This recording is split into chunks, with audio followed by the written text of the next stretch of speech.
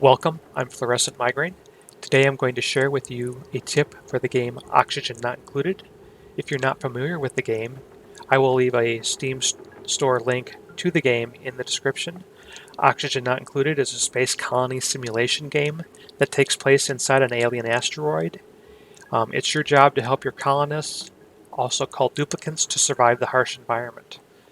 If you've played the game at all, you know that one of the things that becomes an issue during the mid to later part of the game is cooling your base.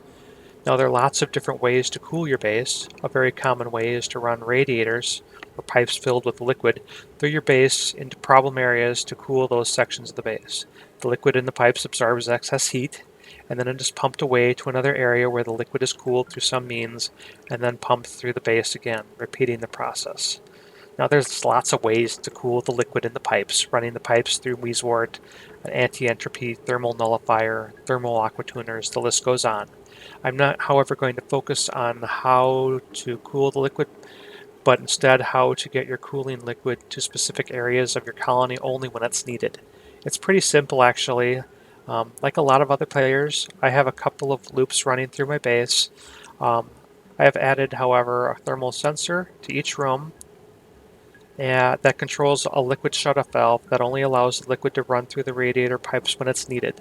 That way I'm not overcooling sections of my base when I don't need to, which could also cause issues. It's easy to implement. In this case I have an example in this sandbox lab that I can show you how it works. As you can see, I have a liquid radiator loop. I'll show you the loop here. The water comes in, or cooling liquid comes in and then goes out there, goes all the way around the base. There are radiators in each room. Right now they're not being used. And there's a thermal sensor and a liquid shutoff valve. When the temperature rises, the thermal sensor flips on and calls for liquid from the liquid from the shutoff valve. The valve opens up and allows the cooling liquid to enter the radiator pipe for the room. So let's just go ahead and have that happen. Let's take a look. I'm going to use a heat gun here real quick just to warm up this room just a little bit. The thermal sensor flipped.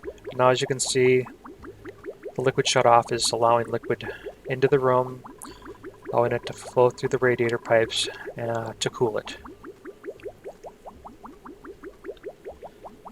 Once the room cools, the thermal sensor will flip off and the liquid valve will shut again, and it'll close and the radiator pipes will empty back out.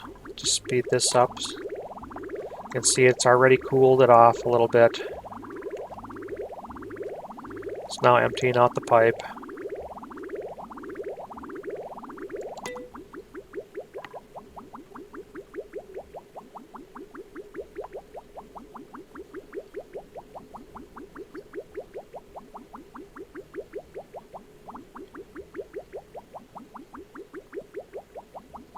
And it will go back to just cooling the exterior of this section of the base and not worry about the rest of the rooms.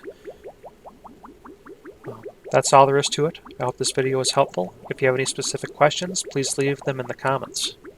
Thank you very much.